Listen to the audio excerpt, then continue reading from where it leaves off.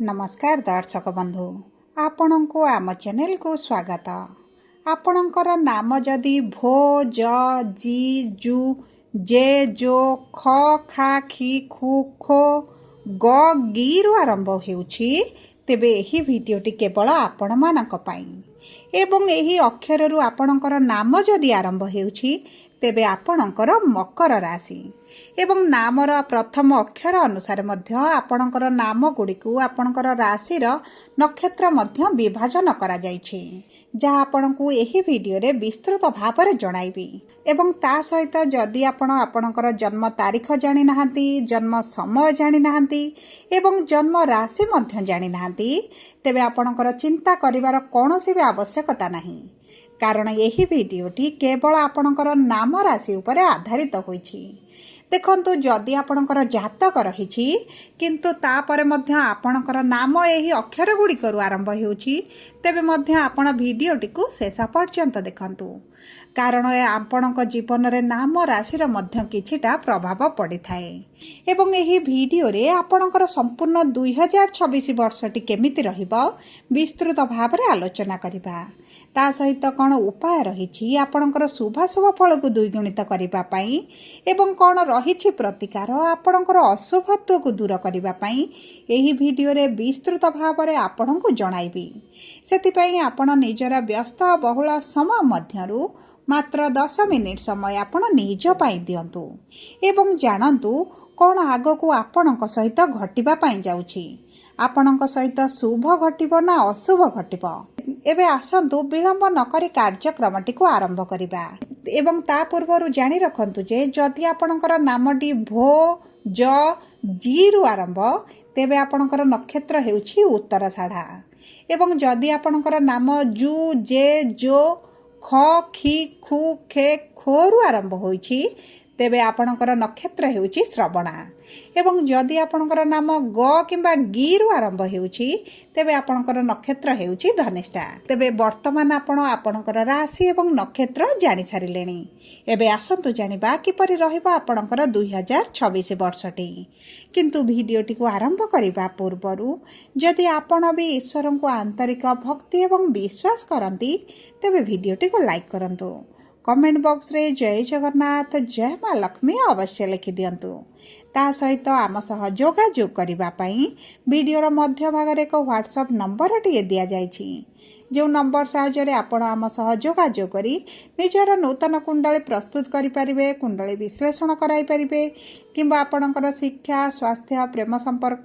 चाकरी व्यवसाय विवाह विषय किसी जानिबा को चाहुछंती तेबे एही नंबर रे आपण आम सह जोगाजोग करी स्वल्प मूल्य रे आपणकर समस्यार समाधान करि परिबे सेतिपई आपण आम सह वीडियोर शेष पर्यंत जोड़ी होई रुहंतु एवं व्हाट्सएप नंबर माध्यम रे आम सह जोगाजोग करंतु एबे आसंतु कार्यक्रमटी को आग को बढ़ाइबा देखंतु जदि आमे मोटा मोटी भाव रे देखिबा तेबे 2025 रे आपणकर स्वास्थ्य रे खराब देखुथिले आपणकर आर्थिक समस्या दे गति करुथिले आपण ऋण आनिथिले लोन करिथिले किंतु ऋण सुझिबा पई सक्षम होई पारु नथिले आपणक परिवार रे खुशीर वातावरण एतटा रहिनी आपणकर अजथा खर्च गुडा बढ़ी जाइछि आपणकर आपण जदि विद्यार्थी होइथिबे आपणक शिक्षा क्षेत्र रे मध्ये आपण समस्या देखुथिले चाकरी क्षेत्र रे निश्चित भाव रे समस्या रहिछि किछि व्यक्ति को चाकरी प्राप्त हेउ नथिला किछि व्यक्तिंकर चाकरी चली जाइथिला ता सहित समाज रे मान सम्मान रे मध्ये आपणकर हानि देखुथिले एवं जदि देखिबा संतान संतति को नै तो आपण बहुत अधिक चिंतित रहुथिले किंतु देखंतु 2025 रे जेउ भली परिस्थिति थिला आ 2026 रे सेथिरे परिवर्तन आसीबो ना सेमिति रहिबो एही वीडियो रे विस्तृत भाव रे आलोचना करिबा देखंतु मकर राशि हेउचे राशि चक्रर 10म राशि एवं एही राशि रो रस्याधिपति हेउचंती शनिदेव एवं शनि हेउचंती कर्मर कारक ग्रह एवं एही 2026 वर्ष रे आपणकर कर्म को नेकी बहुत आग्रह बढ़िबो बहुत उत्कंठा बढ़िबो एवं आपण ऊर्जावान मध्ये अनुभव करिवे कर्म क्षेत्र रे बहुत शुभ परिवर्तन मध्ये आपण देखिबे नूतन कार्य आरंभ करि पारंती नूतन व्यवसाय आरंभ करि पारंती देखंतु एही 2026 वर्ष रे आपण निश्चित भाव रे आपणक पाद घरु बाहर को काढिबे एवं जेउ माने नूतन भाव रे किछि कार्य आरंभ करिबा पई चाहुथिले सेमानक पई तो बहुत अधिक शुभदायक समय रहिबो देखंतु आपणक आर्थिक क्षेत्र रे आपण बहुत उन्नति करिवे କାରଣ ଦ୍ୱିତୀୟ ଗୃହ ବା ଧନର ଗୃହରେ ରାହୁ ବିରାଜମାନ କରିଛନ୍ତି, ଯେଉଁ କାରଣରୁ ଆପଣଙ୍କୁ ବହୁତ ଅଧିକ ଅର୍ଥ ରୋଜଗାର କରିବାରେ ସକ୍ଷମ କରାଇବେ। ଆପଣଙ୍କର ଆର୍ଥିକ ସ୍ଥିତି ମଜବୁତ ହେବ। କିନ୍ତୁ ମନେ ରଖନ୍ତୁ, ରାହୁଙ୍କର ଦ୍ୱିତୀୟ ଗୃହରେ ବିରାଜମାନ ହେବାଟି ଆପଣଙ୍କ ପେଟରେ ଟିକେ ସମସ୍ୟା ଦେଖାଦେଇପାରେ। ଆପଣଙ୍କର ଚର୍ବି ବଢ଼ିପାରେ, ଗ୍ୟାସ୍ ଦେଖାଦେଇପାରେ, ଡାଇଜେସନ୍ର ସମସ୍ୟା ଆସିପାରେ। କିଛି ନା କିଛି ପେଟ ସମସ୍ୟା ସାଧାରଣ ଭାବରେ 3ଟି ଯାକ ନକ୍ଷତ୍ରର ବ୍ୟକ୍ତିମାନେ କିଛି ନା କିଛି କେବେ ନା କେବେ ନିଶ୍ଚିତ ଭାବରେ 2026ରେ ଅନୁଭବ କରିବେ। ଏବେ ଆସନ୍ତୁ ଆଲୋଚନା କରିବା ଉତ୍ତରାଷାଢ଼ା ମକର ରାଶି ବା 21/10 ମକର ରାଶିର ବ୍ୟକ୍ତିବିଶେଷଙ୍କର ଏହି 2026 ବର୍ଷଟି କେମିତି ରହିବ। ଦେଖନ୍ତୁ, ଏହି ନକ୍ଷତ୍ରରେ ଜନ୍ମିତ ବ୍ୟକ୍ତିମାନେ ସୂର୍ଯ୍ୟଙ୍କର ଅଂଶରେ ବା ସୂର୍ଯ୍ୟଙ୍କ ମହାଦଶାରେ ଜନ୍ମ ହୋଇଥାନ୍ତି। ତେଣୁକରି ଏହି 2026 ବର୍ଷ ଯେହେତୁ ସୂର୍ଯ୍ୟଙ୍କର ବର୍ଷ, ଆପଣଙ୍କୁ ଶୁଭାଶୁଭ ଫଳ ପ୍ରାପ୍ତି ହେବ।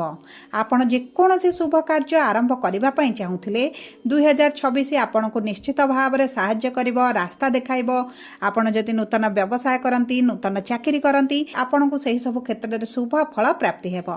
ଯଦି ଆପଣ ସରକାରୀ ଚାକିରି କରିବା ପାଇଁ ଚାହୁଁଛନ୍ତି, ତେବେ ମଧ୍ୟ ଆପଣଙ୍କ ପାଇଁ ଶୁଭଦାୟକ ରହିବ। ଏବଂ ତାହା ସହିତ ଯେଉଁ ମକର ରାଶିର ବ୍ୟକ୍ତିମାନେ ବିଶେଷ ଭାବରେ 21/10 ମକର ରାଶିର ବ୍ୟକ୍ତିମାନେ ବିବାହର ଯୋଜନାରେ ରହିଛନ୍ତି, ସେମାନଙ୍କର ବିବାହ ହୋଇଯିବ। ବୈବାହିକ ସମ୍ପର୍କରେ ଆପଣ ବହୁତ ଅଧିକ ପରିବର୍ତ୍ତନ ଦେଖିବେ। ଆପଣଙ୍କ ସମ୍ପର୍କରେ ପୂର୍ବରୁ ଯେଉଁଭଳି ସ୍ଥିତି ଦେଇ ଗତି କରୁଥିଲା, ସେଥିରେ ଆପଣଙ୍କର ନିଶ୍ଚିତ ଭାବରେ ପରିବର୍ତ୍ତନ ହେବ। ଏବେ ଆସନ୍ତୁ ଜାଣିବା ଶ୍ରବଣା ମକର ରାଶି ବା 22/10 ମକର ରାଶିର ବ୍ୟକ୍ତିମାନଙ୍କର କିଭଳି ରହିବ 2026 ବର୍ଷଟି। ଦେଖନ୍ତୁ, ଏହି ଶ୍ରବଣା ମକରର ବ୍ୟକ୍ତିମାନେ ଚନ୍ଦ୍ର ମହାଦଶାରେ ବା ଚନ୍ଦ୍ରଙ୍କ ଅର୍ଶରେ ଜନ୍ମିତ ହୋଇଥାନ୍ତି। ଏବଂ ଏହି 2026 ବର୍ଷରେ ଆପଣ ଅନେକାଂଶରେ ଶୁଭାଶୁଭ ଫଳ ପ୍ରାପ୍ତି କରିବେ। ବିଶେଷ ଭାବରେ ଆପଣଙ୍କ କର୍ମକ୍ଷେତ୍ରରେ ଯେଉଁ ବ୍ୟକ୍ତିମାନେ ବେକାର ହୋଇଥିଲେ, କର୍ମର ସନ୍ଧାନରେ ରହିଛନ୍ତି, ସେମାନଙ୍କୁ ନୂତନ ଚାକିରି ପ୍ରାପ୍ତି ହେବ। ନୂତନ ବ୍ୟବସାୟ ଯଦି ଆରମ୍ଭ କରିବା ପାଇଁ ଚାହୁଁଛନ୍ତି, ତାହା ମଧ୍ୟ ଆପଣଙ୍କ ପାଇଁ ଶୁଭଦାୟକ ରହିବ। ଯଦି ଆପଣ ପ୍ରେମ ସମ୍ପର୍କରେ ଅଛନ୍ତି, ଆପଣଙ୍କ ସମ୍ପର୍କରେ ମଧୁରତା ଆସିବ ଏବଂ ଆପଣଙ୍କ ପ୍ରେମ ବିବାହର ମଧ୍ୟ ବହୁତ ଅଧିକ ଯୋଗ ଦେଖାଯାଉଛି। ଯଦି ଆପଣଙ୍କ ପ୍ରେମ ସମ୍ପର୍କରେ ଆପଣ ଖରାପ ପରିସ୍ଥିତି ଦେଖୁଥିଲେ, ଆପଣଙ୍କ ସମ୍ପର୍କରେ ଏତେଟା ମଧୁରତା ନଥିଲା, ତେବେ ମଧ୍ୟ ଆପଣଙ୍କ ସମ୍ପର୍କରେ ମଧୁରତା ଆସିବ। ଆପଣଙ୍କ ପାରିବାରିକ ସ୍ଥିତି ବହୁତ ଅଧିକ ଶୁଭଦାୟକ ରହିବ।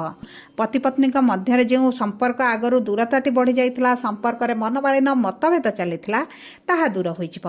ଏବଂ ଦେଖନ୍ତୁ, 2026ରେ ଶ୍ରବଣା ମକର ରାଶିର ବ୍ୟକ୍ତିମାନେ ନିଜର ସ୍ୱାସ୍ଥ୍ୟକୁ, ନିଜର ଖାଦ୍ୟପାନୀୟକୁ ଟିକେ ଜଗିବାକୁ ପଡ଼ିବ, ନଚେତ ଆପଣଙ୍କ ସ୍ୱାସ୍ଥ୍ୟରେ କିଛିଟା ସମସ୍ୟା ଆସିପାରେ। ଏବେ ଆସନ୍ତୁ ଜାଣିବା ଧନିଷ୍ଠା ମକର ବା 23/10 ମକର ରାଶିର ବ୍ୟକ୍ତିମାନଙ୍କର 2026 ବର୍ଷଟି କେମିତି ରହିବ। ଦେଖନ୍ତୁ, ଏହି ଧନିଷ୍ଠା ମକର ରାଶିର ବ୍ୟକ୍ତିମାନେ ମଙ୍ଗଳଙ୍କ ଅଂଶରେ ବା ମଙ୍ଗଳ ମହାଦଶାରେ ଜନ୍ମ ହୋଇଥାନ୍ତି। ସେମାନଙ୍କ ପାଇଁ ଜୁନ୍ ମାସ 2 ତାରିଖ ପରଠାରୁ ଟିକେ ସତର୍କ ରହିବାକୁ ପଡ଼ିବ, ଟିକେ ସାବଧାନ ରହିବାକୁ ପଡ଼ିବ। କାରଣ ଆକସ୍ମିକ ଭାବରେ କିଛିଟା ଦୁର୍ଘଟଣା ଘଟିବାର ମଧ୍ୟ ବହୁତ ଅଧିକ ସମ୍ଭାବନା ଅଛି। ତେଣୁକରି ଆପଣ ଯେକୌଣସି କାର୍ଯ୍ୟ କରୁଛନ୍ତି, ବିଶେଷ ଭାବରେ ଯଦି ଘରୁ ବାହାରକୁ କୌଣସି କାର୍ଯ୍ୟରେ ଯାତାୟାତ କରୁଛନ୍ତି, ସେହି ସମୟରେ ଆପଣଙ୍କୁ ସାବଧାନ ରଖିବାକୁ ପଡ଼ିବ।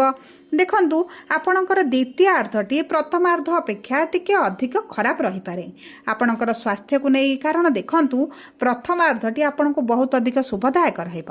ଆପଣଙ୍କର ଅଧିକାଂଶ କାର୍ଯ୍ୟଗୁଡ଼ିକ ମଧ୍ୟ ଆପଣ ପୂରଣ କରିବେ ଏବଂ ଆପଣଙ୍କର ଯେଉଁ ସବୁ କାର୍ଯ୍ୟଗୁଡ଼ିକ ପେଣ୍ଡିଂ ରହିଥିଲା, ସେହି ସବୁ କାର୍ଯ୍ୟ ମଧ୍ୟ ଆପଣ ଶେଷ କରିବେ। ଆପଣଙ୍କର ଆର୍ଥିକ କ୍ଷେତ୍ରରେ ଉନ୍ନତି ରହିବ, କିନ୍ତୁ ଆପଣଙ୍କର ଦ୍ୱିତୀୟାର୍ଦ୍ଧକୁ ଟିକେ ଜଗିବାକୁ ପଡ଼ିବ। ସବୁ ପରେ ଅଶୁଭତ୍ୱକୁ ଦୂର କରି ଶୁଭାଶୁଭ ଫଳକୁ ବୃଦ୍ଧି କରିବା ପାଇଁ ଆପଣ ପ୍ରତିଦିନ ସୂର୍ଯ୍ୟ ଅସ୍ତ ପରେ ଶନିଙ୍କର ବୀଜ ମନ୍ତ୍ର 108 ଥର ପାଠ କରନ୍ତୁ, ଯେହେତୁ ଆପଣଙ୍କ ରାଶିର ସ୍ୱାମୀ। ତା ସହିତ ଯଦି ଆପଣଙ୍କୁ ମିଳୁଛି ଡଙ୍ଗାର ଗୋଟେ କଣ୍ଟାଟେ ଆଣି ହନୁମାନଙ୍କ ସିନ୍ଦୁର ଲଗାଇ ତାକୁ ଆପଣ ପାଖରେ ରଖନ୍ତୁ। ଆପଣଙ୍କର ଆର୍ଥିକ ସ୍ଥିତିରେ ପରିବର୍ତ୍ତନ ଆସିବ। ଏବଂ ଚେଷ୍ଟା କରନ୍ତୁ ଆପଣ ହାତରେ ଘଣ୍ଟାଟେ ଲଗାଇବା ପାଇଁ, କାରଣ ଏହା ଆପଣଙ୍କ ସମୟକୁ ଆପଣଙ୍କ ସାଥ ଦେବ। ଏହା ଆପଣଙ୍କ ପାଇଁ ମଧ୍ୟ ବହୁତ ଅଧିକ ଶୁଭଦାୟକ ରହିବ। ଯଦି ଆପଣଙ୍କର ମକର ରାଶି ହୋଇଥାଏ, ଭିଡ଼ିଓଟି କିଭଳି ଲାଗିଲା କମେଣ୍ଟ ବକ୍ସରେ ଲେଖି ଜଣାନ୍ତୁ।